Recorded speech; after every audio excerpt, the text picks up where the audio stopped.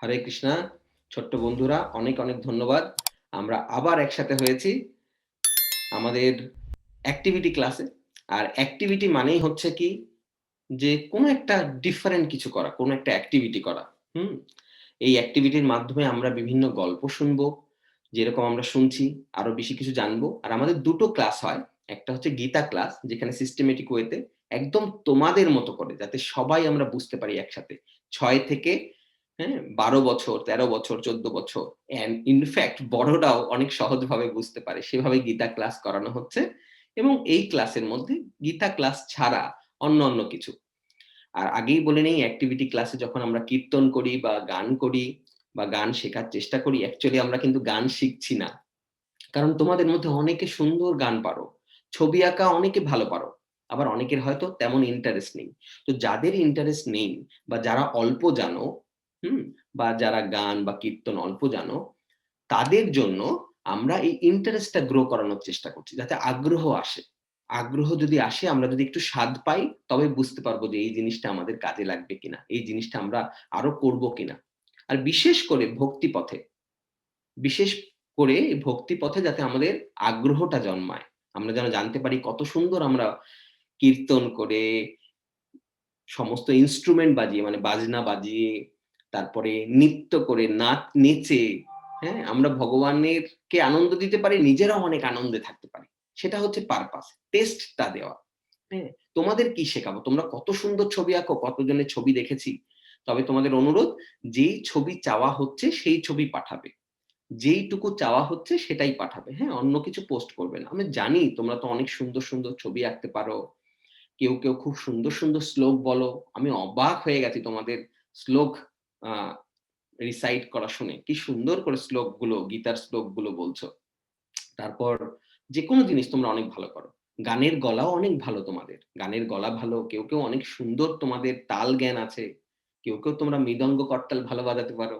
সুতরাং আমি তোমাদের এখানে শেখাবো না। আমরা এই ক্লাসে তোমাদের শেখানোর জন্য না। তোমাদের আগ্রহ, যাতে ভালো লাগাটা জন্মায়। ঠিক আছে? ভালো লাগাটা জন্মালে কি হবে? অটোমেটিক্যালি হয়ে যাবে। আজ না হোক কাল। হ্যাঁ? আগ্রহটা খুব ইম্পোর্টেন্ট। তোমাদের কাদের পড়াশোনা করতে ভালো লাগে? আমি একটু গ্যালারি ভিউ তে দেই। একটু দেখি তো কাদের পড়াশোনা করতে খুব ভালো লাগে? সত্যি কথা বলবে কিন্তু, হ্যাঁ? কাদের পড়াশোনা করতে খুব ভালো লাগে? আচ্ছা, দেখছি অনেকেই হাত তুলেছ। খুব ভালো, খুব ভালো। আচ্ছা, কাদের পড়াশোনা করতে একদম ভালো লাগে না? তারা হাত তোলো এবার। হরি বল! খুব ভালো। অনেকেই দেখছি হাত তুলছো যে হ্যাঁ, পড়াশোনা করতে ভালো লাগে না। ঠিক। একদম ভালো লাগে না। বাহ! এই সংখ্যা তো অনেক বেশি। আচ্ছা, এবার আমরা জানতে চাই তো যে কাদের গান করতে খুব ভালো লাগে বা গান গাইতে খুব পছন্দ করো? সে সে গান কারো ভালো লাগুক আর না লাগুক। গান গাইতে বা শুনতে, আচ্ছা আরেকটা জিনিস এড করে দিই। গান শুনতে খুব ভালো লাগে। বাহ! অনেকেরই, মেক্সিমাম। খুব ভালো, খুব ভালো। বাহ! আমি তোমাদের সবাইকে দেখতে পাচ্ছি। আচ্ছা, কাদের গান একদম ভালো লাগে না একটু হাত তোলো তো। আর বাদবাকিরা হাত নামিয়ে ফেলো। ডিজিটাল হাত যারা রেইজ করেছো।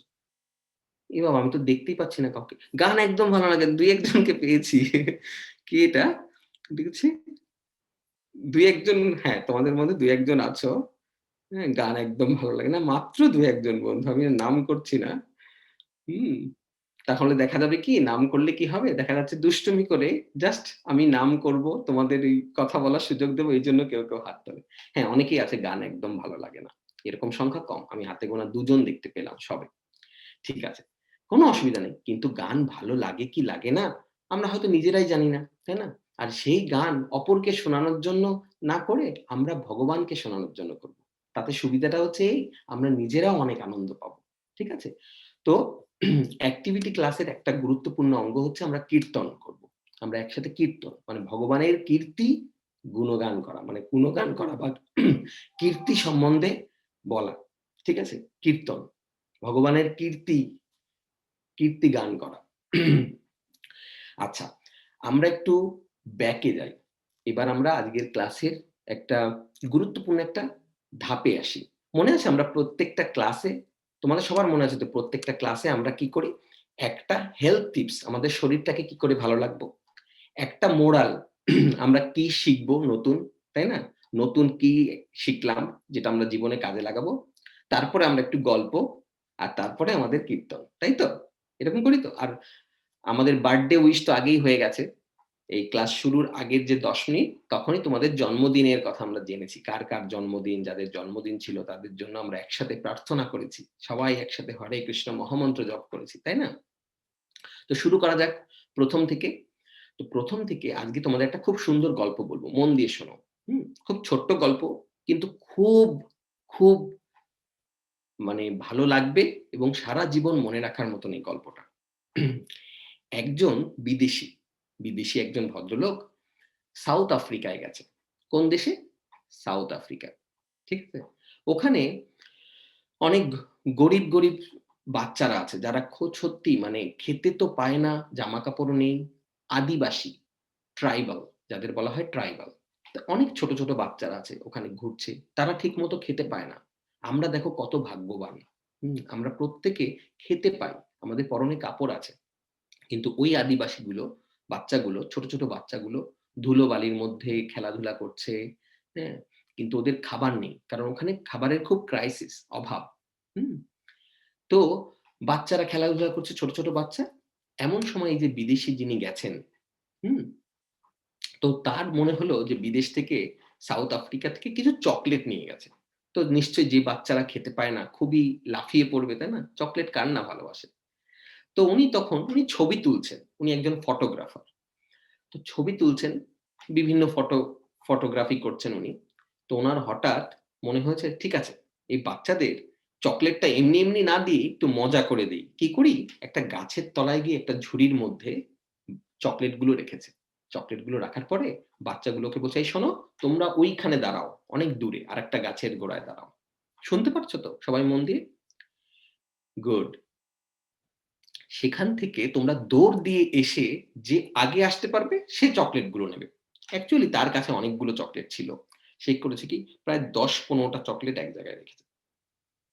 আর বাদবাকিটা রেখেছে ভেবেছে যে দৌড়ে আসবে, যে ফার্স্ট হবে তাকে তাকেই এই চকলেটগুলো দিয়ে দেব। আর এটার আগ্রহে ওরা সবাই দৌড় দেবে। এটা মজা হয়ে যাক।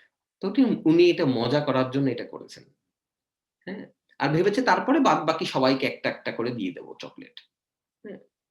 কিন্তু দেখি ওরা কেমন দৌড়ায়, একটু মজা করি। তা ফটোগ্রাফি করতে এসছেন বাইরের থেকে। উনি চকলেটটা রেখেছেন গাছের গোড়ায়। গাছের গোড়ায় রাখার পর বাচ্চাগুলোকে বলেছে, "তোমরা এবার দৌড় দিয়ে যে আগে যাবে, সে কিন্তু চকলেটগুলো পাবে। ওকে?" সবাই দাঁড়িয়েছে লাইন দিয়ে। সবাই লাইন দিয়ে দাঁড়িয়েছে। চকলেট নিতে হবে। 1, 2, 3 সবাই দৌড় দিয়েছে। সবাই দৌড়। উনি এটাই ভেবেছে সবাই দৌড় দেবে। ফটোগ্রাফার তাই তো করবে, তাই না? তোমাদের কার মনে হয় সবাই দৌড় দিয়ে চলে যাবে এবং যে ফার্স্ট হবে? কার মনে হয় সবাই দৌড় দেবে এখন? হাত তোলো। কারণ 1, 2, 3 বলেছে ফটোগ্রাফার। হুম, সবাই হাত তুলছো। Right, right. কারো কি মনে হয় যে ওরা দৌড় দেবে না? তারা হাত তুলতে পারো। বাকিরা হাত নামিয়ে ফেলো। কারো মনে হয় ওরা দৌড় দেবে না? আ রিতেশ কেন মনে হয় তোমার? ওরা দৌড় দেবে না? ও আচ্ছা। আচ্ছা, রিতেশ ফ্রম ব্যাঙ্গালোর। আচ্ছা ঠিক আছে। কারণ রিতেশ রিতেশের মা এই গল্পটা জানে। তাই না রিতেশ? আচ্ছা। তো না আমি রিতেশকে জিজ্ঞেস করছি না। কারণ আমরা এই গল্পটা আর আগে একদিন আমাদের বড়দের ক্লাসেও আলোচনা করেছি। তো এইজন্য হয়তো শুনেছে। খুব সুন্দর গল্প। তো কি হয়েছে এবার 1, 2, 3 যে বলার পরেই ফটোগ্রাফার ভেবেছে সবাই দৌড় দেবে। অদ্ভুত এক ব্যাপার। কোন বাচ্চা ওরা কিন্তু খেতে পায় না। চিন্তা করে দেখো ওরা খেতে পায় না। চকোলেট তো অনেক লোভনীয়। তাই না? সবাই দৌড় দেয়ার কথা, যেটা তোমাদের মনে হচ্ছে। কিন্তু ওরা কেউ দৌড় না দিয়ে একে অপরের হাত ধরেছে। একে অপরের হাত ধরেছে। একে অপরের হাত ধরে সবাই মিলে একসাথে, একসাথে স্টেপ বাই স্টেপ একসাথে হেঁটে চকোলেটটার দিকে যাচ্ছে। ভাবতে পারো? ওরা কিন্তু খেতে পায় না। ওদের কাছে চকোলেট আরো বেশি আকর্ষণীয়। ওদের ওদের খাবারের অভাব। আর চকোলেট তো বোধহয় এরকম চকোলেট দেখেইনি। জীবনে হয়তো কোনদিন চকোলেটই খায়নি। ওদের এরকম অবস্থা। সেখানে সবাই হাত ধরে একসাথে গেছে। তখন ফটোগ্রাফার যে লোক যিনি বিদেশ থেকে গেছেন, সাউথ আফ্রিকাও একটা বাইরের কান্ট্রি। তিনি এই তিনি মাথায় হাত দিয়ে বসে পড়েছেন। উনি বুঝতে পারছেন না এরকম কেন করছে? বাচ্চারা এরকম কেন করছে? ওদের তো দৌড় দিয়ে ছুটে যাওয়ার কথা। ছুটে গিয়ে চকোলেট গুলো নেওয়ার কথা। তো তারপরে ওরা সবাই মিলে একসাথে গেল। গিয়ে চকোলেটটা নিল। নিয়ে সবাই মিলে, কারণ সবাই ফার্স্ট হয়ে গেছে। কারা ফার্স্ট হয়েছে? সবাই ফার্স্ট হয়েছে কারণ একসাথে গেছে। যাওয়ার পর ওরা সবাই চকোলেট গুলো ভাগ করে নিল। এটা দেখে ফটোগ্রাফার যে লোক, উনি খুব অবাক হয়ে গেলেন। খুব আগ কৌতূহলবশত, খুব কিউরিসিটির কারণে উনি গিয়ে জিজ্ঞেস করলেন, "তোমরা এরকম করলে কেন? তোমরা দৌড় দিয়ে আসতে পারতে তো। তাহলে যে আগে দৌড়ে আসতে তার চকোলেট গুলো হতো। তোমরা সবাই হাত ধরে এলে কেন?" তখন বাচ্চাগুলোর মধ্যে থেকে একজন খুব ভালো একটা উত্তর দিল। সেটা আমরা আজকে খুব মনে রাখবো। ঠিক আছে? সেটা কিন্তু কুইজেও আসতে পারে আর খুব হৃদয়ের মধ্যে বসিয়ে রাখো। ফটোগ্রাফার প্রশ্ন করেছিল, "তোমরা তো গিয়ে চকোলেটটা নিতে পারতে। নিলেই তোমরা এতগুলো চকোলেট পেতে কত আনন্দ হতো। কত খুশি হতে তোমরা। তা তোমরা সবাই মিলে হাত দিয়ে গিয়ে একটা চকোলেট নিলে কেন?" কারণটা জানতে চাইলেন। কারণ ফটোগ্রাফার উনার তো খুব ভালো লেগেছে ব্যাপারটা। কিন্তু কারণটা জানতে চাইলেন। তখন তখন বাচ্চাদের মধ্যে থেকে একজন বলল যে, "অ্যাকচুয়ালি হ্যাঁ, আমরা খুশি হব বলেই তো দৌড় দিয়ে আসিনি। সবাই মিলে একসাথে এসছি। আমি যদি একা পাই আর আমার বন্ধুরা না পায়, তাহলে আনন্দ কোথায়?" বুঝতে পারলে তোমরা সবাই? কারা বুঝতে পেরেছ গল্পটা? হাত তোলো। যদি আমরা একা পাই, সবাই মিলে না পাই, তাহলে আনন্দ কোথায়? Very good, very good, very good. Great. এটা হচ্ছে কারণ। এটা শোনার পর ফটোগ্রাফার অবাক হয়ে বসে পড়েন। এত ভালো একটা লেসন তিনি লার্ন করলেন। যা উনি কখনো এইভাবে চিন্তা করেননি। কারণ আমরা সবাই কি করি? আমরা সবাই কি করি? নিজেরা ভালো পাবো, নিজেরা ভালো থাকবো, তাই না? নিজেরা ভালো করবো, হ্যাঁ? নিজেরা যেন সব সুযোগ সুবিধা পাই। তোমাদের মনে আছে আমরা একটা ক্লাসে আমরা বলেছিলাম আমরা কি লেসন লার্ন করলাম? আমরা কম্পিটিশন করব না অপরের সাথে। নিজের সাথে করব। আমি কি ছিলাম? এখন কি করছি? আমাকে আরো ভালো করতে হবে, তাই না? হুম? হুম, এইটা খুব গুরুত্বপূর্ণ একটা জিনিস। তো আজকে খুব ভালো করে একটা জিনিস শোনো। এটা আমাদের আমরা খুব মনে রাখবে কিন্তু। তারপরে হোমওয়ার্ক কি থাকবে, তারপরে আমাদের কুইজে কি থাকবে সেটা আমরা পরে আলোচনা করব। আজকে একটা জিনিস ভালো কথা শোনো, সেটা হচ্ছে আমরা কম্পিটিশন করব না কারো সাথে। আমরা নিজের সাথে কম্পিটিশন করব। যেটা আমরা আগের ক্লাসে শুনেছি, তাই না? আমরা কম্পেয়ার করব না কারো সাথে। কারণ কম্পেয়ার থেকেই, হ্যাঁ? আমরা যদি তুলনা করি, সেখান থেকে আমাদের কম্পিটিশন মনোভাব চলে আসে এবং আমরা দুঃখী হই। আমরা অনেক, হ্যাঁ, দুঃখী হয়ে যাই। ঠিক আছে? প্রতিযোগিতা আমাদের নিজের সাথে। হুম? আর আমরা সবসময় কৃতজ্ঞ থাকবো আমাদের কাছে যা আছে। তোমাদের অনেকের মনে হয় না, "ইস! আমার যদি ওই গাড়িটা থাকতো, আমার যদি ওই সাইকেলটা থাকতো।" মনে হয় তো? অনেকের মনে হয় তো? কিন্তু না। দেখো আমাদের কাছে যা আছে সেটা অনেকের কাছেই নেই। আমাদের কাছে বাবা-মা আছে। মা আমাদের ভালোবাসেন, রান্না করে দেন। হ্যাঁ? বাবা আমাদের সময় দেয়। বাবা আমাদের জন্য যার বাবার যতটুকু সাধ্য, সর্বোত্তম সাধ্য দিয়ে তারা কিনে নিয়ে আসছেন জিনিস, যাতে ছেলে বা মেয়ে ভালো থাকে। তোমরা ভালো থাকো। হুম? এজন্য আমরা সবসময় কৃতজ্ঞ থাকবো। ঠিক আছে? তাহলে ১ম এ কি? আমরা কম্পিটিশন করব না অপরের সাথে, আমরা নিজের সাথে কম্পিটিশন করব। নাম্বার 1। নাম্বার 2, আমরা কম্পেয়ার করব না। অপরের সাথে তুলনা করব না। অপরকে দেখে অনুপ্রাণিত হব। ঠিক আছে? Don't compare. অপরের সাথে তুলনা করব না। নাম্বার 3, হ্যাঁ? আমরা কমপ্লেইন করব না আমাদের কাছে কি আছে। ঠিক আছে? তার মানে 3C, এটা মনে থাকবে? 3C, 3C, no competition with others, no complain, no compare. ঠিক আছে? 3C, ৩ টে সি দিয়ে। এটা মনে রাখবে। এটা কিন্তু আমাকে লিখে পাঠাবে সবাই। হ্যাঁ? লিখে পাঠাবে। তো ৩ টে জিনিস করব না। আমরা অপরের সাথে তুলনা করব না এবং কমপ্লেইন করব না যে আমার কাছে এটা নেই। ইস! আমার যদি এটা হতো, আমার সাথে এরকম কেন হচ্ছে? আমরা অনেক সময় করি না? ইস! আমার সাথে কেরকম কেন হচ্ছে? আমি তো এখন খুব গুড বয়, আমি তো এখন গুড গার্ল। হ্যাঁ? আমার সাথে এরকম কেন হচ্ছে? টিচারটা আমার সাথে এরকম কেন করলো? তা না। আমরা আমরা মনে রাখবো যে এই জিনিসগুলো আমাদের জীবনে আশীর্বাদ। হ্যাঁ, আমরা ওইখান থেকে বেরিয়ে আসার চেষ্টা করব, কিন্তু ওইটার মধ্যে পড়ে থাকবো না। ঠিক আছে? নো কমপ্লেন, নো কম্পেয়ার আর no competition with others. Competition নিজের সাথে। ঠিক আছে? আর কি করব? এটা তো করব না। মনে থাকবে 3C করব না। মনে আছে সবার? 3C করব না। সবাই হাত তোলো যার, যার মনে আছে। 3C no complain, no competition with others. আরেকটা হচ্ছে নো কম্পেয়ার, নো কম্প্যারিজন। হুম? মানে তুলনা করব না। হুম? Okay, very good. এইবার কি, কি করব? ২ টো জিনিস করব। তাহলে এই ৫ টা জিনিস তোমরা লিখে পাঠাবে কিন্তু। ২ টো জিনিস করব, আমরা কৃতজ্ঞ থাকবো আমাদের কাছে যা আছে। কমপ্লেইন তো করবোই না, উল্টো কৃতজ্ঞ থাকবো। আমাদের কাছে মা আছে, আমাদের কাছে বাবা আছে। তাই না? অনেকের মা-বাবা থাকে না। তোমাদের মধ্যে যদি কারো একজন না থেকে থাকে, হ্যাঁ, যা আছে তাই নিয়ে আমরা খুশি। যা আছে তাই নিয়ে আমরা খুশি। এটাই আমাদের জন্য। কারণ আমাদের জার্নিটা লং। আমরা খুব সুন্দর করে শিখবো। দেখবে এই ক্লাস যখন চলবে, কেন আমাদের জীবনে কষ্ট আসে, কেন কখনো আমরা দেখি যে ভালো মানুষ, হ্যাঁ, তারা খারাপ থাকে। অথচ খারাপ মানুষ তারা ভালো থাকে। তাই না? এরকম অনেক সময় দেখি না? যে দুষ্টু লোক, খারাপ লোক, কিন্তু তারা মনে হচ্ছে ভালো আছে। তাদের তো অনেক কিছু আছে। রাইট।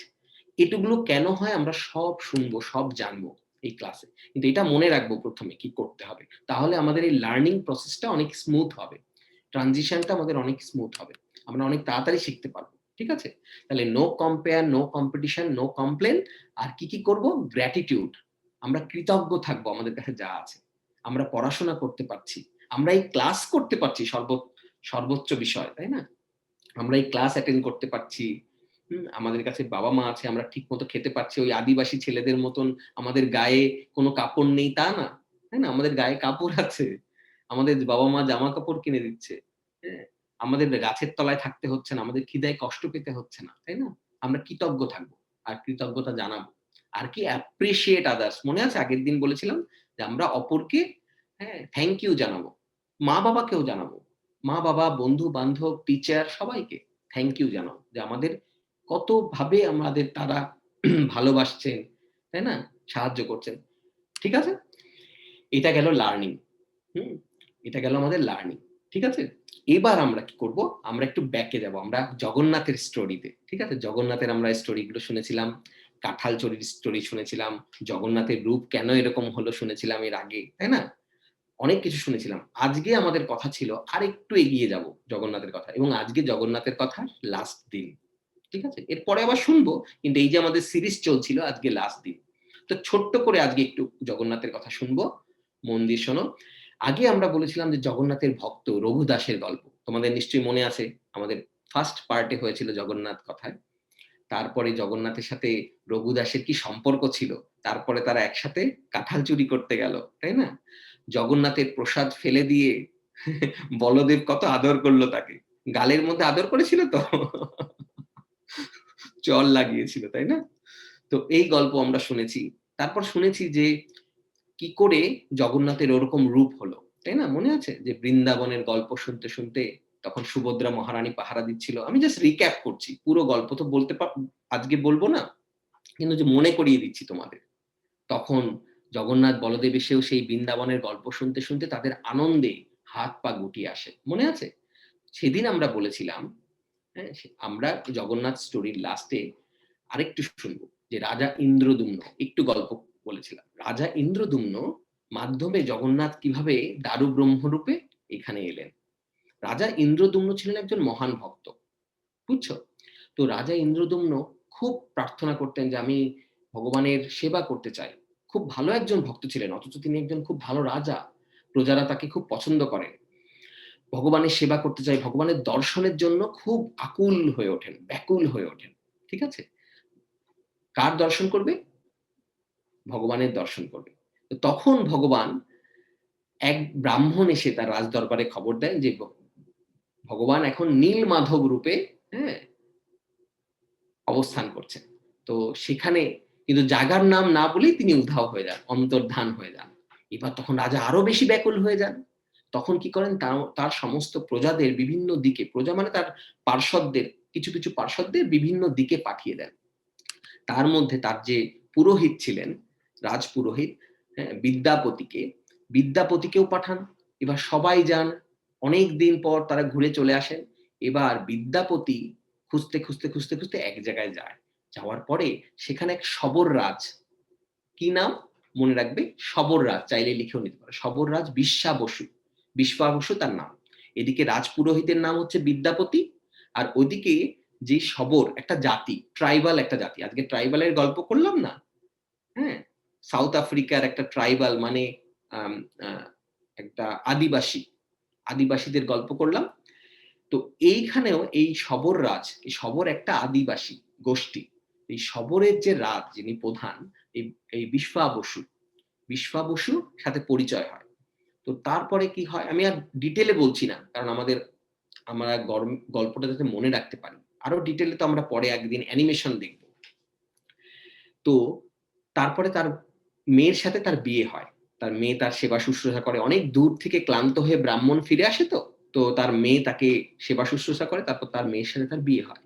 এই সুবাদে সে খেয়াল করে ভোর রাত্রে, অনেক মানে প্রায় ভেরি আর্লি মর্নিং, তখন কি করে বিষ্পা বসু কোথায় যেন বেরিয়ে যায়, এটা লক্ষ্য করেছে বিদ্যাপতি, যে কিনা রাজপুরোহিত, ওখানে এসছে এবং বিষ্পা বসুর মেয়েকে বিয়ে করেছে, কিছুদিনের জন্য ওখানে আছেও। তখন দেখে কোথায় যায়, একদিন জানতে চায়, কিছুতেই জানায় না। তখন বলে আমার বাবা তো কাউকে বলবে না কোথায় যায়, আমার বাবা এরকম ভোরবেলা চলে যায়, কিন্তু বাবা নীলমাধবের দর্শন করতে যায়। বলে আমিও যেতে চাই, আমি তো নীলমাধবের খোঁজে আসছি, আর সেটা আর বলে না, বলে আমি তো যেতে চাই। তখন বলে না, বাবা কাউকে নিয়ে যাবে না। তো অনেক অনুরোধ করার পরে তার মেয়ে, হ্যাঁ মানে বিষ্পা বসুর মেয়ে, আর হচ্ছে বিদ্যাপতির ওয়াইফ, তাকে, তার বাবাকে অনেক বোঝায়। এবার জামাইয়ের কথা ফেলতে পারে না, মেয়ের কথা, জামাইয়ের কথা, তখন বলে ঠিক আছে আমি নিয়ে যাব, একটাই শর্ত, তোমাকে চোখ বেঁধে নিয়ে যাব। বিদ্যাপতিকে চোখ বেঁধে নিয়ে যায়, বীজ হাতে রাখে, কিন্তু শস্য দানা হাতে রাখে। যখন চোখ বেঁধে নিয়ে যায়, কিছু ফেলতে ফেলতে যায়, যাতে ওই রাস্তাটাকে পরে আবার পরবর্তীতে এসে রাস্তাটা খুঁজে পায়। তো এইভাবে নীলমাধবের দর্শনে যায়, নীলমাধবের দর্শন করে পাহাড়ে গিয়ে, হ্যাঁ, হ্যাঁ। তো ওখানে দর্শন করার পর বিদ্যাপতি কি করে, এবার রাজাকে খবর দিতে হবে, রাজাকে ওখান থেকে ফিরে এসে তাড়াতাড়ি রাজাকে খবর দিতে চলে যায়।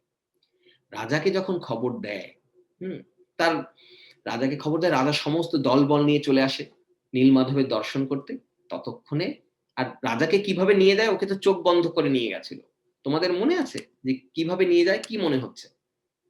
ওকে তো চোখ বন্ধ করে নিয়ে গেছিল, তাহলে ও কি করে পথটা খুঁজে পেল? কে বলতে চাও, হাত তোলো। আচ্ছা প্রত্যুষা, তুমি বলতে চাও, আর কেউ বলতে চাও? ওকে তো চোখ বন্ধ করে নিয়ে গেছিল, তাহলে প্রত্যুষা তুমি বলতে পারো, আনমিউট করো। শস্য দানা যেহেতু ফেলতে ফেলতে গেছিল, সেই শস্য দানাগুলো তাড়াতাড়ি গ্রো করে গেছে, তাতে রাস্তাটা বোঝা যাচ্ছে, কারণ যেখান যেখান দিয়ে গেছে সেখানেই শস্য দানা ফেলতে ফেলতে গেছে, আর শস্যগুলো বড় হয়ে গেছে, তাতে ইন্ডিকেট করছে কোথায় নীল মাধব আছে। হরি বল, খুব সুন্দর খুব সুন্দর, একদম রাইট, একদম রাইট। আচ্ছা, তোমাদের কার কার মনে হয় ও ঠিক বলেছে? গুড, এক্স্যাক্টলি তাই। তো যখন রাজাকে নিয়ে এলো, তখন দেখে শস্য দানাগুলো বড় হয়ে গেছে, ওই পথ দিয়ে যেতে যেতে তখন রাজাকে নিয়ে গেল, কিন্তু গিয়ে দেখে অবাক কাণ্ড, নীলমাধব ওখানে নেই, নীলমাধব নেই। রাজা খুবই ব্যথিত হয়ে পড়ে, আগেই তো প্রচন্ড ব্যাকুল ছিল, তারপর রাজা খুব কষ্ট পায়। তখন রাজাকে স্বপ্নে ভগবান বলেন যে তুমি আমাকে এই নীলমাধব রূপে আর দেখতে পাবে না, আমাকে তুমি অন্য রূপে, হ্যাঁ, দেখতে পাবে। আমি দারু ব্রহ্ম রূপে, দারু ব্রহ্ম মানে হচ্ছে কাঠ, হ্যাঁ, কাঠ, কাঠের রূপে আমি তোমাকে বিগ্রহ রূপে, অর্চ বিগ্রহ রূপে আসব।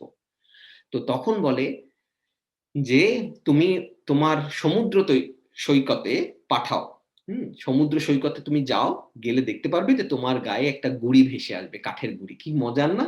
সমুদ্র সৈকতে তুমি যাও, গিয়ে যখন স্নান করবে দেখবে একটা কাঠের গুড়ি ভেসে আসবে, সেটাকেই তুমি নিয়ে এসে আমার মূর্তি, আমার বিগ্রহ নির্মাণ করবে। তো রাজা তাই যান, রাজা গিয়ে দেখেন সত্যিই তো কাঠের গুড়ি ভেসে এসছেন, কি অপূর্ব, অনেক বড় বড় গুড়ি ভেসে এসেছেন। রাজা কি তুলবে, রাজা সমস্ত অনেক লোকজন দিয়েও তুলতে পারে না, এত ভার, কেউ তুলতে পারে না। অনেক হাতি, অনেক কিছু চেষ্টা করেও, অনেক সৈন্য সামন্ত দিয়ে তুলতেই পারে না, এত ভার। রাজা আরো আপসেট হয়ে পড়ে। একে তো নীলমাধবের দর্শন পেলাম না, তারপর অর্চ বিগ্রহ তৈরি করতে পারছি না, তুলতেই পারছি না, বানাবো কেমন করে? এর মধ্যে কি হয়? হ্যাঁ, এর মধ্যে কি হয়? তখন রাজাকে আবার স্বপ্নাদেশ দেয়া হয় যে তুমি বিদ্যাপতি আর বিশ্বা বসুকে পাঠাও। যেই বিদ্যাপতি খুঁজতে গেছিল এবং যেই বিশ্বা বসু শবররাজ, এদের দুজনকে পাঠাও। এরা দুজন যায় এবং সেই বড় বড় কাঠের গুড়ি অনায়াসে তুলে নিয়ে রাজার কাছে নিয়ে চলে আসে। দেখেছো, ভগবান চাইলে, কৃপা করলে কি সম্ভব? তোমরা এটা ভালো জিনিস বুঝতে পারলে তো? এটা যে রাজা সমস্ত শক্তি দিয়ে, সৈন্য সামন্ত দিয়ে, হাতি দিয়ে তুলতে পারছিল না, কারণ ভগবান চায়নি।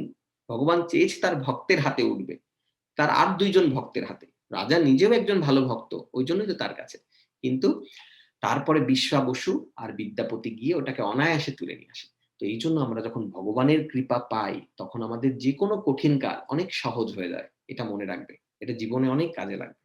এই জন্য আমাদের ভগবানের কৃপার খুব প্রয়োজন। ভগবান এবং ভগবানের শুদ্ধ ভক্তের কৃপা, আশীর্বাদের খুব প্রয়োজন জীবনে। না হলে আমরা জীবনে অনেক জটিলতা আসবে, কিন্তু ওই জটিলতায় আমরা আটকে যাব, বাধা পড়ে যাব, আমরা ফ্রাস্ট্রেটেড হয়ে পড়বো, হ্যাঁ, হতাশ হয়ে পড়বো। তো ঠিক আছে, তো এইবার বিগ্রহ তো সেই দারু ব্রহ্ম নিয়ে এলো, এবার তারপরে বিগ্রহ তৈরি করবে কেমন করে? খুব টাফ ব্যাপার। বিগ্রহ তৈরি করবে কেমন করে? না, টাফ কি, কোন একজন কার্পেন্টারকে নিয়ে আসলে, যিনি কাঠের কাজ করেন, সে করতে পারবে। রাজা তাই চেষ্টা করলেন, অনেক জনকে নিয়ে আসলেন, একের পর এক আসে, টক টক টক করে যেই মূর্তি তৈরি করার জন্য, বিগ্রহ তৈরি করার জন্য হাত দেয়, কাঠ ভেঙে ভেঙে যাচ্ছে। কাঠের তো আর কোনো শেপ নেওয়া সম্ভব হচ্ছে না, কেউ তৈরি করতে পারছে না। অদ্ভুত ব্যাপার। আবার ভগবানের ইচ্ছা, ভগবান চায়নি এভাবে প্রকট হতে। ভগবান চায় তার কোনো ভক্তের হাত দিয়ে। ভগবানের বিগ্রহের একটা, একজনকে দায়িত্ব দিয়েছেন, যিনি চেনেন এই বিগ্রহ।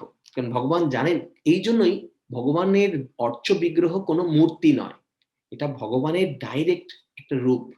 ভগবান এই রূপে ভক্তের সাথে তার ভাবের আদান প্রদান করে। ঠিক আছে?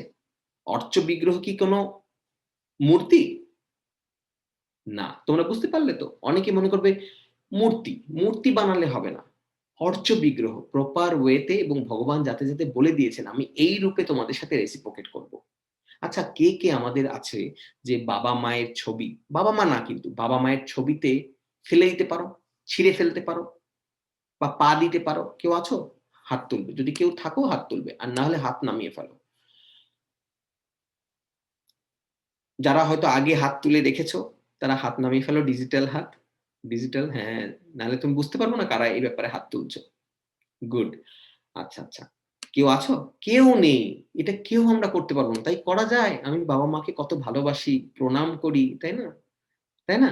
কেউ কেউ প্রতিদিন সকালে উঠে তোমরা প্রণাম করো, এটা কিন্তু খুব ভালো প্র্যাকটিস, জানো? আর কেউ কেউ বিশেষ বিশেষ দিনে প্রণাম করো, এটাও খুব ভালো প্র্যাকটিস। হুম, সেখানে আমরা ছবিকে পা দেবো কেমন করে? এ তো অসম্ভব ব্যাপার।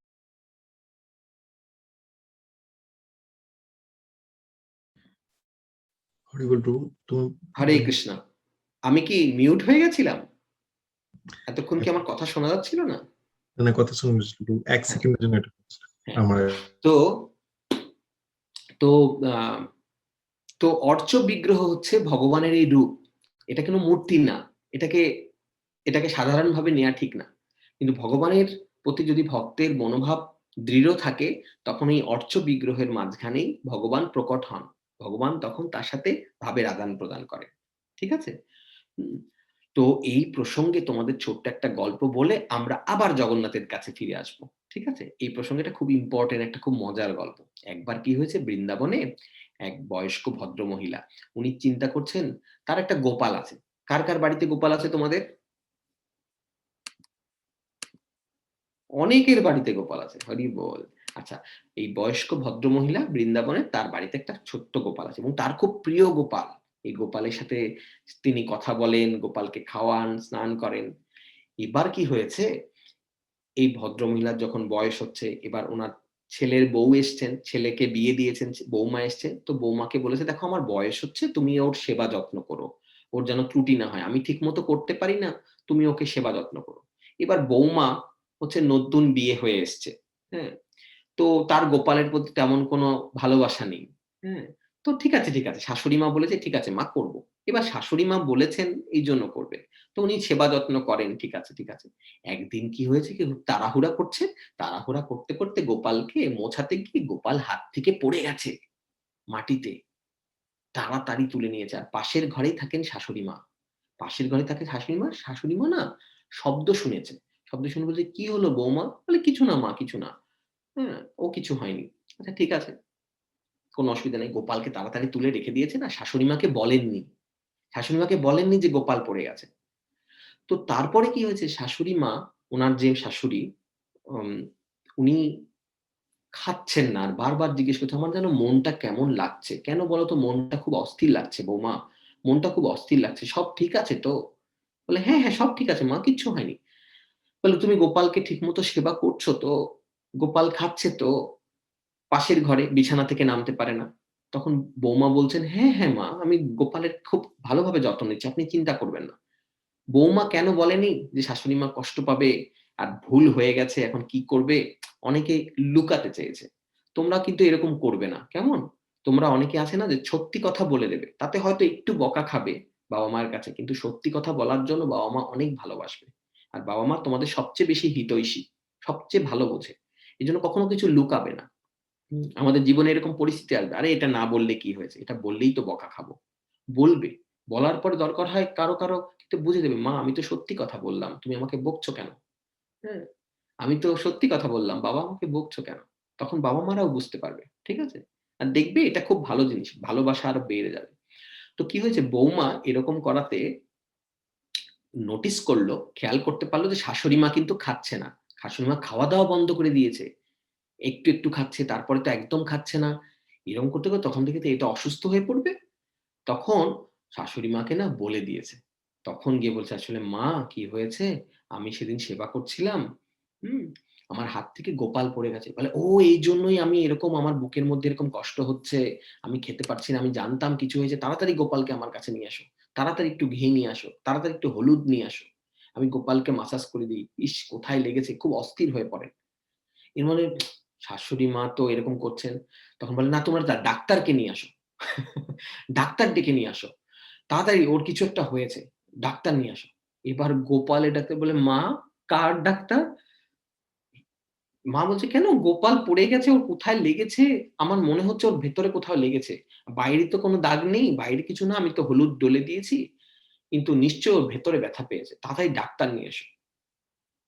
তখন কি বলবে? শাশুড়ি গিয়ে ছেলেকে বলল, সে ছেলে বলছে, "আর কি করা যাবে?" ডাক্তারকে গিয়ে বোঝাচ্ছে, "এবার কোন ডাক্তার আসে বলো? হেই! আপনাদের খেয়ে দেয়ে কি কাজ নাই? আমি এখন গোপাল দেখতে যাবো? কত পেশেন্ট বসে আছে, ১০ জন বাইরে পেশেন্ট বসে আছে।" বলে, "না, না আপনি আসুন।" অনেক অনুরোধ করে আসে না? তারপরে গিয়ে হাতে পায়ে ধরে একজন ডাক্তারকে বলছেন, "দেখুন আমার মা খাচ্ছে না। আমার মা অসুস্থ হয়ে পড়েছে। আমার মা বাঁচবে না। আপনি দয়া করে একটু আসুন, একটু কিছু বলে দিয়ে চলে যান।" ডাক্তার তখন কি করেছে? ঠিক আছে, ঠিক আছে। একটু যাই। একজন একজন বয়স্ক ভদ্র মহিলা কষ্ট পাচ্ছে, যাই একটু। তাড়াতাড়ি এসে, "কই, কই দেখি, দেখি গোপাল। দেখি, দেখি গোপাল।" যার ভালোবাসা নেই, বিশ্বাস নেই এরকম ভাবে কেউ কথা বলে না? "দেখি, দেখি গোপাল, হ্যাঁ গোপাল দেখি কি হয়েছে?" "হুম, হুম, হুম। হ্যাঁ সব ঠিক আছে। কিচ্ছু হয়নি।" তখন শাশুড়ি মা বলে, "আপনি ডাক্তার তো?" বলে, "হ্যাঁ, আমি ডাক্তার।" বলে, "না আমি জিজ্ঞেস করছি, আপনি সত্যিই ডাক্তার তো?" বলে, "হ্যাঁ, আমি ডাক্তার। কেন?" বলে, "না আমার তো তেমন কোনো জ্ঞান নেই। কিন্তু আমি এইটুকু জানি যে ডাক্তাররা কি একটা যেন কানের মধ্যে দিয়ে দেখে। তো আপনি তো কিছুই দেখলেন না। কি করে বুঝলেন ও ঠিক আছে?" তখন এই বলে, "এ তো বুড়ি।" তো ডাক্তার বলে, "এ বুড়ি তো ও অনেক অবজার্ভ করছে আমাকে। এ তো বুড়ি মহা মুশকিল। ঠিক আছে আর কি করা যাবে?" বের করে কানে দিয়েছে। স্টেথোস্কোপটা দিয়ে দেখছে। দিয়েছে। ডাক্তার যেই তার স্টেথোস্কোপটা দিয়েছে গোপালের বুকের উপর, তখন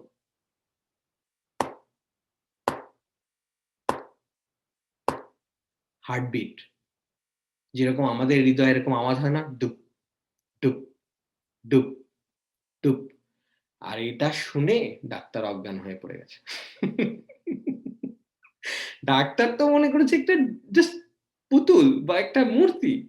ওর মধ্যে কি করে থাকবে? কিন্তু ওই বুড়িমা তার ভালোবাসা এত বেশি যে সেখানে হৃদস্পন্দন হৃদস্পন্দন ডাক্তারও শুনতে পেয়েছে। হ্যাঁ, হার্টবিট, হৃদস্পন্দন ডাক্তারও শুনতে পেয়েছেন। শুনে উনি বিশ্বাস করতে পারেন, কারণ ওদের তো কারো বিশ্বাস নেই। কিন্তু বুড়িমা এত ভালোবাসে যে স্বয়ং ভগবান গোপাল রূপে তার ডেইটির মধ্যে, অর্চ বিগ্রহের মধ্যে বিদ্যমান। তো এই জন্য আমি তোমাদের বলছি অর্চ বিগ্রহ পাওয়ারফুল। তারপর থেকে সেই ডাক্তার ভক্ত হয়ে গেল। ভক্ত হয়ে গেল। কারণ এরপরে আর কি ভগবানকে এইভাবে যদি তার হার্টবিট দেখে, কারণ কি ভালোবাসায়। এইজন্য ভগবানের আরেক নাম ভাবগ্রাহী জনার্দন। আমাদের যদি ভাবনাটা ভালোবাসা থাকে, ভালোবাসাটা খুব নির্মল থাকে, হ্যাঁ? তাহলে ভগবান প্রকট হন। ঠিক আছে? এবার ফিরে আসি জগন্নাথের গল্পে। এইবার যখন অর্চ বিগ্রহ তৈরি করতে পারছে না, রাজা অনেক কার্পেন্টারকে নিয়ে এলো। একেকজন ফিরে, ফিরে চলে যাচ্ছে, একেকজন ফিরে, ফিরে চলে যাচ্ছে। এবার কি করবে? রাজা আরো হতাশ হয়ে পড়ল। তারপর রাজাকে আবার স্বপ্নে ভগবান বললেন। ভগবান তার নিজের ইচ্ছায় প্রকট হন। আর বিশেষ করে জগন্নাথ, আমরা আজকে জগন্নাথের কথা বলছি। জগন্নাথ তো স্বয়ং বিদ্যমান। এই কলিযুগে দারু ব্রহ্মরূপে তার অবতার। তো জগন্নাথ তখন বললেন, শোনো, হুম, আমি প্রকট হব, তুমি চিন্তা করো না। তখন কি হয়, একজন ব্রাহ্মণের বেশে একজন ব্রাহ্মণ আসেন, তো খুটখুট খুটখুট একদম, মানে মানে ঠিক ধাক্কা দিলে হয়তো পড়ে যাবে এরকম, মানে খুব বয়স্ক একজন বৃদ্ধ ব্রাহ্মণ আসেন, ঠিক মতো দাঁড়াতে পারেন না। সে এসে বলে, আমি একটু চেষ্টা করে দেখবো, আমি যদি একটু সুযোগ দেন তাহলে একটু চেষ্টা করে দেখি। তখন রাজা বলছেন, আর পারিষদরা সব হাসছেন, মানে এ কি, এত ভালো ভালো কার্পেন্টাররা, ইয়াং মজবুত, তারা এসে পারলো না, আর এই বুড়ো হয়তো হয়তো হাতুড়ি নিয়ে লাগাতে গেলেই হয়তো পড়ে যাবে। তখন বলে, কি করি? তখন ডাক্তার, এই রাজা বলছেন, কেউ যখন পারলো না, এই যখন শেষ ভরসা, দেখি একবার চেষ্টা করে। তখন বলছেন যে, আপনি ঠিক পারবেন তো? বলে, দেন না আমাকে একটু চেষ্টা করতে, তবে আমার একটা শর্ত আছে। বলে, হ্যাঁ, একেই তো বুড়ো বৃদ্ধ, দেব কি দেব না ভাবছি, তার মধ্যে আবার শর্ত আছে। বলে, হ্যাঁ, আমি যখন ওখানে কাজ করব আমার দরজাটা থাকবে বন্ধ। যখন দরজাটা বন্ধ থাকবে তখন আপনারা কিন্তু কেউ আসবেন না, বুঝছেন? তখন বলে, আচ্ছা, ঠিক আছে। আর বলে, ওকে। তো রাজা বলছে, আর কি করণীয় আছে? রাজা এত অস্থির, আর কোনো উপায় নেই, কেউ পারল না। তখন তাই হয়েছে। তো তিনি যখন কাজ করা শুরু করেছেন, আর বাইরে থেকে রাজা অধীর আগ্রহে অপেক্ষা করছেন, বাইরে দিয়ে দরজা বন্ধ, পায়চারি করছেন যেই ঘরে কাজ করছেন। সেই আম সেই কাঠ, সেই দারু থেকে তার বিগ্রহ, অর্চ বিগ্রহ তৈরি করার জন্য টুক, টুক, টুক, টুক ভেতরে কাঠের কাজ করলে যেরকম শব্দ হয় না? রাজা শুনছে দিনের পর দিন। এরকম অনেক দিন পর মাঝখানে হঠাৎ করে আওয়াজটা থেমে গেছে। তার নির্দিষ্ট সময়ের আগেই। আর কথা দিয়েছিল রাজা, রাজাকে বলেছিল, "আমার ভেতরে ঢুকবেন না। যদি ভেতরে ঢোকেন তাহলে কিন্তু আমি কাজ ছেড়ে চলে যাব। এজন্য আপনারা কেউ ভিতরে ঢুকবেন না। যদি ভেতরে ঢোকেন তাহলে কিন্তু আমি আমার কাজ ইনকমপ্লিট রেখে, অপরিপূর্ণ রেখেই আমি চলে যাব।" তো রাজা বলছে, ঠিক আছে, ঠিক আছে, হবে। এবার এত বয়স্ক বৃদ্ধ, উম তিনি ওই ভেতরে কাজ করছেন, হ্যাঁ? তিনি সুস্থ আছেন কিনা, হ্যাঁ? বেঁচে আছেন কিনা, যখন হঠাৎ করে আওয়াজটা বন্ধ হয়ে গেছে, রাজা খুব উদ্বিগ্ন হয়ে পড়ে। কি হলো? ও কি আদৌ বেঁচে আছে? এমনিই তো দেখছিলাম যে ঠিকমতো দাঁড়াতে পারে না। তার মধ্যে এখন ভেতরে ঢুকে এতদিন ধরে কাজ করছেন। রাজা না আর থাকতে পারে না। তার প্রতিশ্রুতির কথা, তার প্রমিস ভুলে গিয়ে রাজা কি করেন? দরজা খুলে দেন। রাজা খুলে গিয়ে দেখে, কই, কই সেই বুড়ো? কই সেই খুনখুনে বুড়ো? নাই, ভ্যানিশ, উধাও, অন্তর্ধান হয়ে যান উনি। নেই। কারণ উনি তো সাধারণ কেউ ছিলেন না। উনি ছিলেন দেবশিল্পী বিশ্বকর্মা। তো উনি করছিলেন। এবার দেখেন, এ কি? তখন রাজা মাথায় হাত দেয়। এ তো মূর্তি তো কমপ্লিট হয়নি, ডেইটি তো কমপ্লিট হয়নি। বিগ্রহ তো দেখা যাচ্ছে যে সমস্ত চোখ, সবকিছু হয়নি। হাতও অসম্পূর্ণ। হ্যাঁ? সবকিছু অসম্পূর্ণ। কি করা যায়? তখন খুব রাজা দুঃখ পায়। আমি আমার এই জীবন বিসর্জন দিয়ে দেব। কারণ আমার ভুলের কারণেই এই ঘটনাটা ঘটলো। আমার ভুলের কারণেই আ এই মূর্তি, এই ডেইটি অসম্পূর্ণ রয়ে গেল। খুব দুঃখ পান। তখন রাজা নিজে আত্মাহুতি দিতে যান। হ্যাঁ? আমার জীবন বিসর্জন দিয়ে, তখন রাজাকে আবার দৈববাণী করে ভগবান বলেন, "তুমি চিন্তা করো না, এটাই আমার প্রকৃত রূপ।" আমরা যেমন জগন্নাথকে দেখে অনেক সময় ভাবি না, কি? এটা কি ঠিকঠাক? ঠিকঠাক তো ১ম দিকে। এখন তো জগন্নাথকে চিনে গেছি তাই। অনেকেই ১ম দিকে বলবে, "এটা ঠিকঠাক তো? কই চোখের পাপড়ি নেই, কই হাতগুলো তো ছোট, ছোট হাতগুলো কেমন ঢোকানো?" ঠিক রাজারও ওরকম মনে হয়েছিল। তারপরে রাজাকে ভগবান বলেন এটাই আমার রূপ। কারণ তোমরা তো জানো এটা কেন রূপ, মনে আছে আগের দিন আমরা গল্প বলেছিলাম 2 সপ্তাহ আগে, যে কেন ওই রূপ নারদ মুনি তখন দেখেছিলেন বৃন্দাবনের গল্প শুনতে শুনতে, মনে আছে? মনে আছে ওই গল্পটা রিলেট করতে পারছো জগন্নাথের এই রূপের কারণ? হাত তোলো তো, আমি দেখতে পারবো সবার মনে আছে। হ্যাঁ, ওই কারণে জগন্নাথের এই রূপ। হুম, তো ওই রূপ, এবং তিনি কথা দিয়েছিলেন আমি কলিযুগে দারুব্রহ্ম রূপে আবির্ভূত হব। নারদ মুনিকে প্রমিস করেছিলেন যে তখন তোমরা আমার এই রূপ তখন জগৎবাসী আমার এই রূপ দেখতে পাবে। তো তখন রাজা ইন্দ্রদ্যুম্নের মাধ্যমে এইভাবে জগন্নাথ আবার এই ধরাধামে প্রকট হলেন। বুঝতে পারছো? তখন থেকে আর নারদ মুনি এসে কনফার্ম করলেন, হ্যাঁ এই সেই রূপ আমি দেখেছিলাম দ্বারকাতে। হ্যাঁ, এই সেই অপূর্ব রূপ জগন্নাথ বলদেব সুভদ্রা মহারানী, এই সেই রূপ। তখন তো এটা আমরা বললাম জগন্নাথের রূপের কাহিনী, ঠিক আছে? তার আগে আমরা আলোচনা করলাম আমাদের মোরাল নিয়ে। আর হেলথ টিপস অনুযায়ী আমরা তোমাদের কি বলেছিলাম এর আগে, যে দেখো ঠান্ডা জল, অতিরিক্ত ঠান্ডা জল আমরা খাবো না। কেমন? অতিরিক্ত ঠান্ডা জল শরীরের জন্য ভালো না। হ্যাঁ, যদি খেতে হয় হালকা শীতল জল খেতে পারি, রুম টেম্পারেচার, এটা হেলথের জন্য ভালো। হেলথ আমরা কেন কথা বলছি এই ক্লাসের মধ্যে? কারণ তোমাদের হেলথ যদি ভালো থাকে তবেই তোমরা মোরাল জিনিসগুলো অ্যাপ্লাই করতে পারবে, যে আমরা কম্পিটিশন করব না, কম্পেয়ার করব না, তাই না? হ্যাঁ, কমপ্লেন করব না, আমরা গ্র্যাটিটিউড থাকবো, তাই না? সবার প্রতি কৃতজ্ঞ থাকবো। তারপর কি করব? অ্যাপ্রিশিয়েট করব, রাইট, অ্যাপ্রিশিয়েট আদার্স।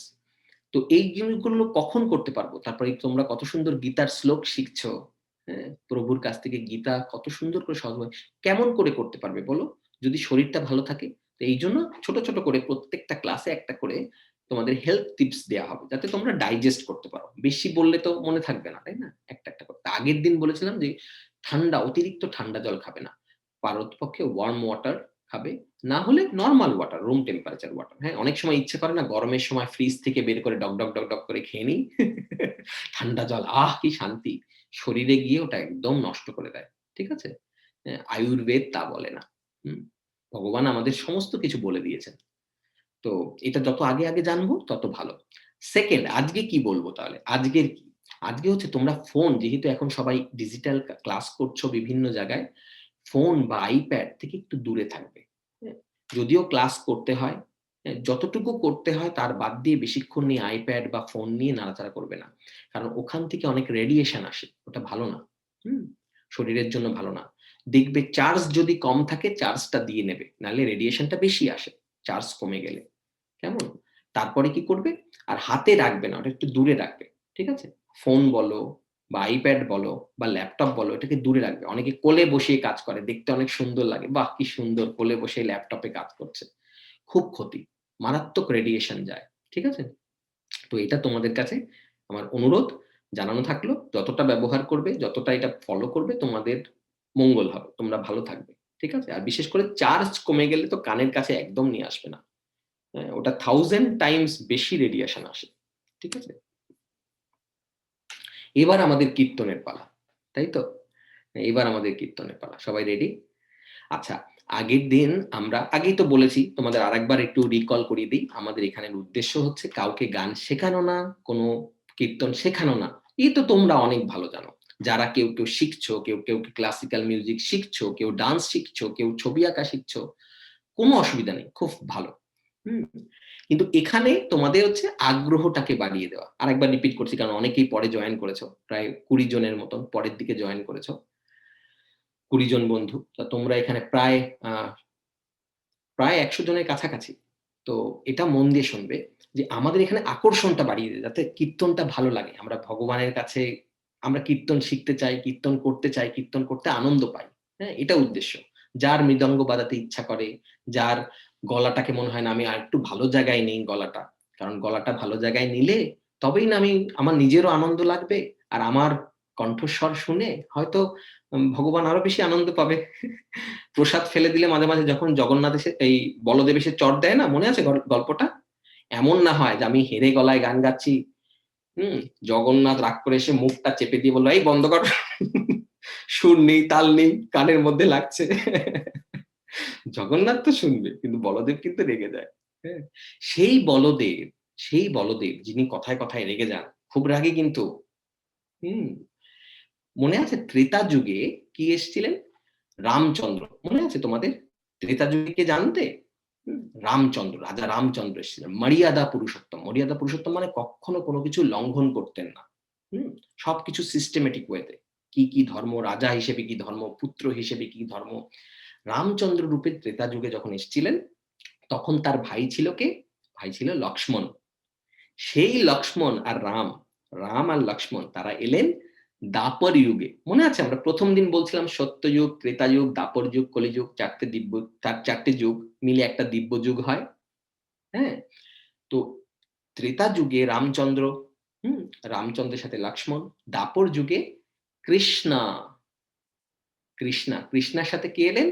এই বলরাম, যিনি কিনা রামের ছিলেন ছোট ভাই, আর এইবার দাপর যুগে হয়ে গেলেন রামের বড় ভাই। কেন? ওই যখন ওরা এখানে লীলা বিলাস করে, এখানে ভগবান তো কোনো জন্ম নেয় না, ভগবান আবির্ভূত হন।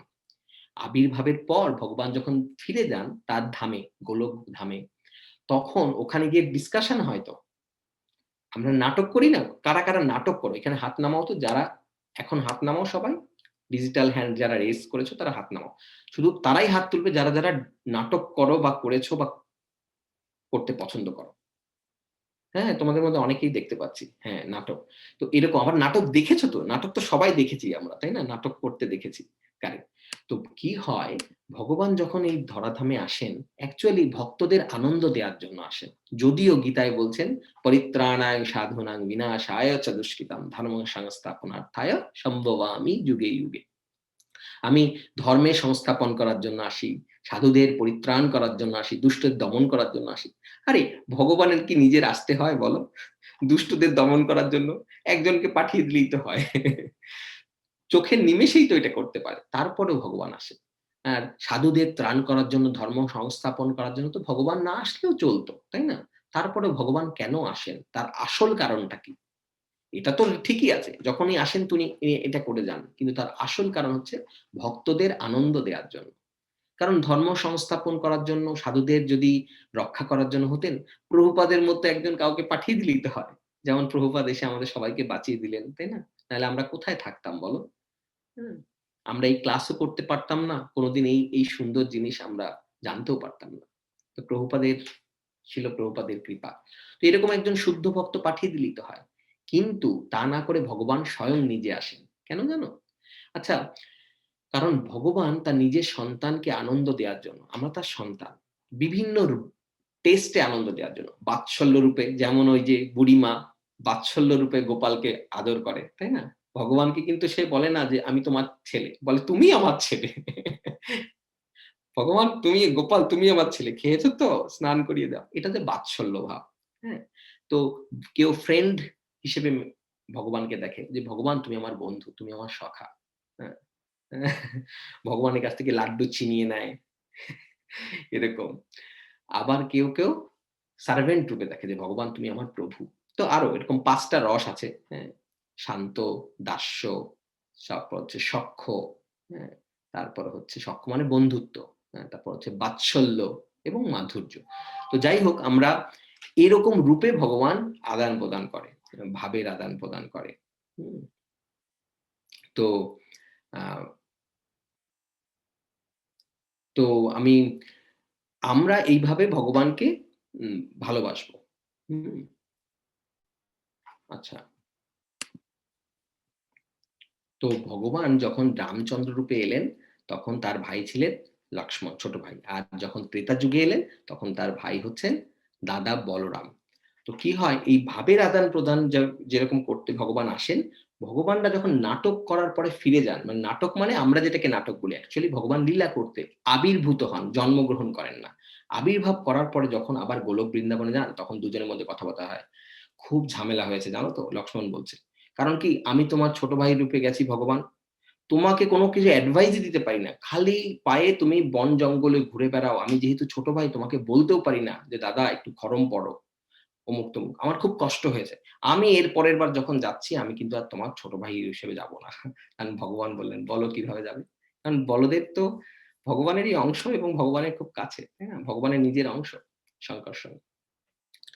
তো তখন বললেন, আমি তোমার এর পরের বার যখন আবির্ভূত হব, হে প্রভু আমায় কৃপা করো, আমি যেন তোমার বড় ভাই রূপে যাই, যাতে তোমাকে একটু শাসন করতে পারি।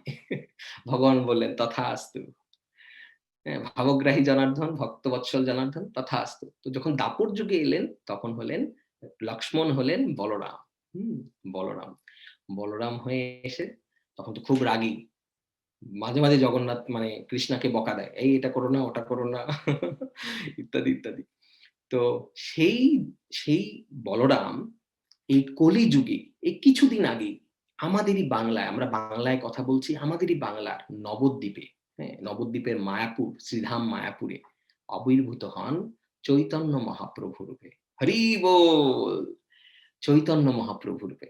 হ্যাঁ, চৈতন্য মহাপ্রভু রূপে যখন আবির্ভূত হন, আর তখন এবার বলরাম তো বসে থাকবে না, যিনি ছিলেন লক্ষ্মণ ত্রেতা যুগে, যিনি ছিলেন দাপর যুগে বলরাম বা বলদেব, জগন্নাথের সাথে বলদেব, কিন্তু বসে থাকবেন না। তিনি এলেন নিত্যানন্দ প্রভু রূপে। এইবার প্রচন্ড মার্সিফুল, আর রাগী না।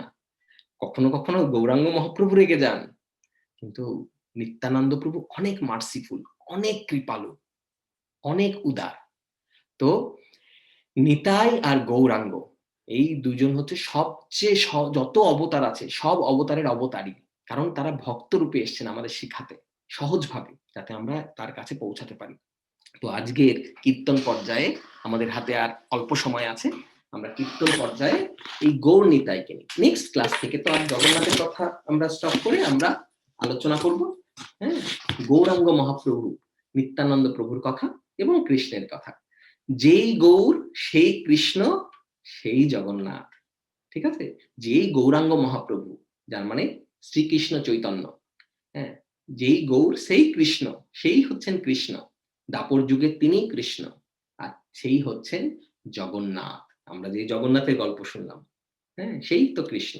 যেই গৌর সেই কৃষ্ণ সেই জগন্নাথ। এই গৌরাঙ্গ মহাপ্রভু প্রচন্ড মার্সিফুল, সর্ব অবতার, মানে বলা হয় ভগবানের যত অবতার আছে, তোমরা 10 অবতারের অনেকেই নাম শুনেছো, মৎস্য, কুর্ম, বরাহ, তাই না, নৃসিংহদেব।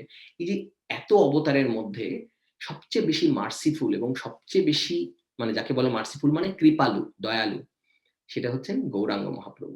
হুম আচ্ছা, তো আমরা আজকে একটা ছোট্ট ভজনের অল্প একটু অংশ তোমাদের আনন্দ দেবার জন্য এবং ইন্টারেস্ট গ্রো করানোর জন্য এটা আমরা করব। তোমরা এটা করবে, করে রেকর্ডিংটা পাঠাবে। যেমন তোমরা হোমওয়ার্কে জানাবে যে কি কি, হ্যাঁ, কি কি আমরা আজকে শিখলাম, ওই 5টা পয়েন্ট, 3টে জিনিস করব না, 2টো জিনিস করব, ওইটার সাথে এই যদি তোমরা রেকর্ডিং, হ্যাঁ, রেকর্ডিং এ এই ভজনটা একটু গেয়ে পাঠাবে, যারা চাও, কোনো অসুবিধা নেই, কোনো বাধ্যবাধকতা নেই। আগে আমরা কি করেছিলাম, আগের দিন আমরা একটা কীর্তন করেছিলাম, মনে আছে? আগের দিন আমরা একটা কীর্তন করেছিলাম যে হে গোপাল রাধা কৃষ্ণ গোবিন্দ গোবিন্দ, মনে আছে? হ্যাঁ, আজকের আমরা একটা ভজন করব, কি দয়াল নিতাই চৈতন্য বলে নাচ রে আমার মন। ভালো লাগলে সবাই তালি দেবে, একসাথে। দয়াল নিতাই চৈতন্য বলে নাচ রে আমার মন, নাচ রে আমার মন, নাচ রে আমার মন, নাচ রে আমার মন, নাচ রে আমার মন। দয়াল নিতাই চৈতন্য মানে নিতাই মানে নিত্যানন্দ প্রভু, আর দয়াল নিতাই চৈতন্য মানে গৌরাঙ্গ মহাপ্রভু।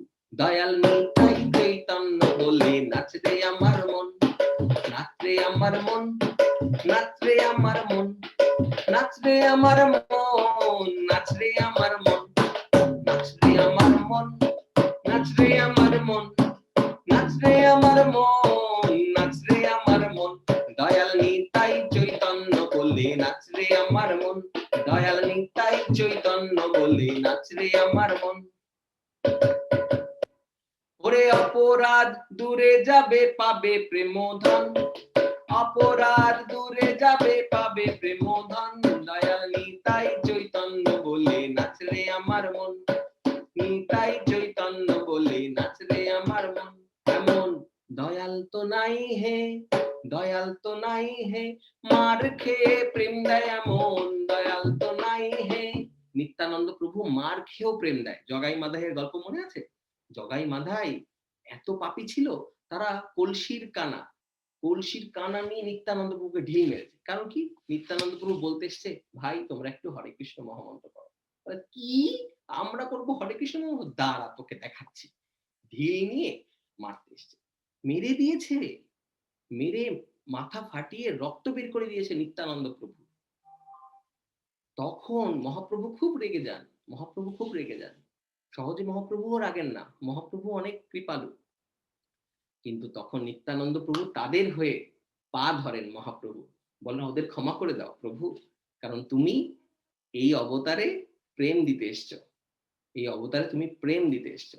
তাই জন্য বলছে, মার খেয়ে প্রেম দেয় এমন দয়াল তো নাই হে, দয়াল তো নাই হে, মার খেয়ে প্রেম দেয় এমন দয়াল তো নাই হে, অপরাধ দূরে যাবে পাবে প্রেমধন, অপরাধ দূরে যাবে পাবে প্রেমধন, দয়াল নিতাই চৈতন্য বলে নাচরে আমার মন, দয়াল নিতাই চৈতন্য বলে নাচরে আমার মন,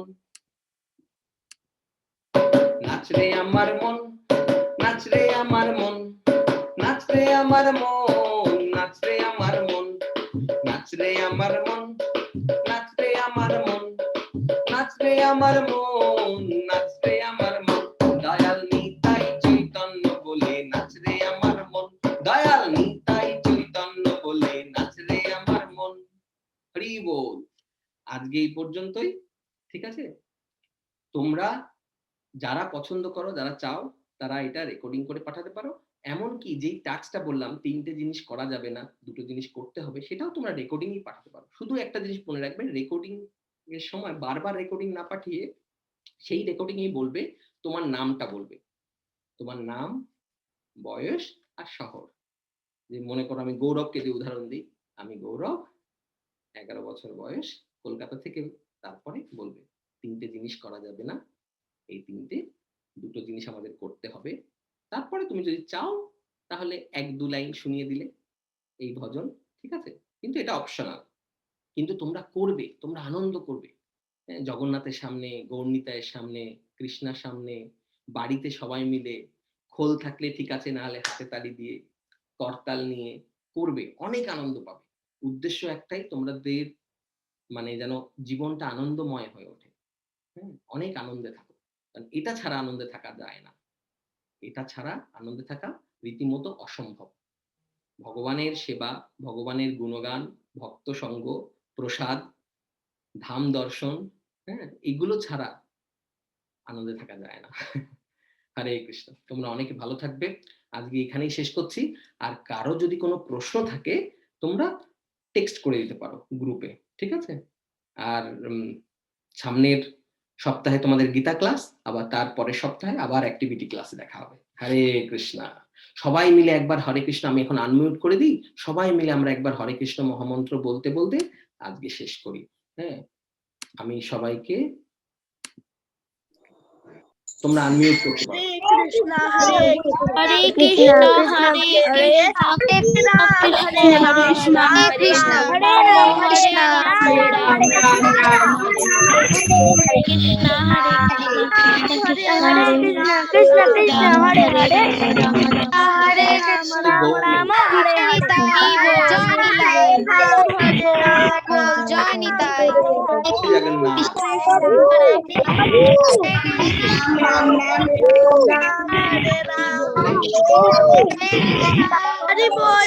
হরি বল। তাহলে সবার সাথে দেখা হবে আবার 1 সপ্তাহ পরে।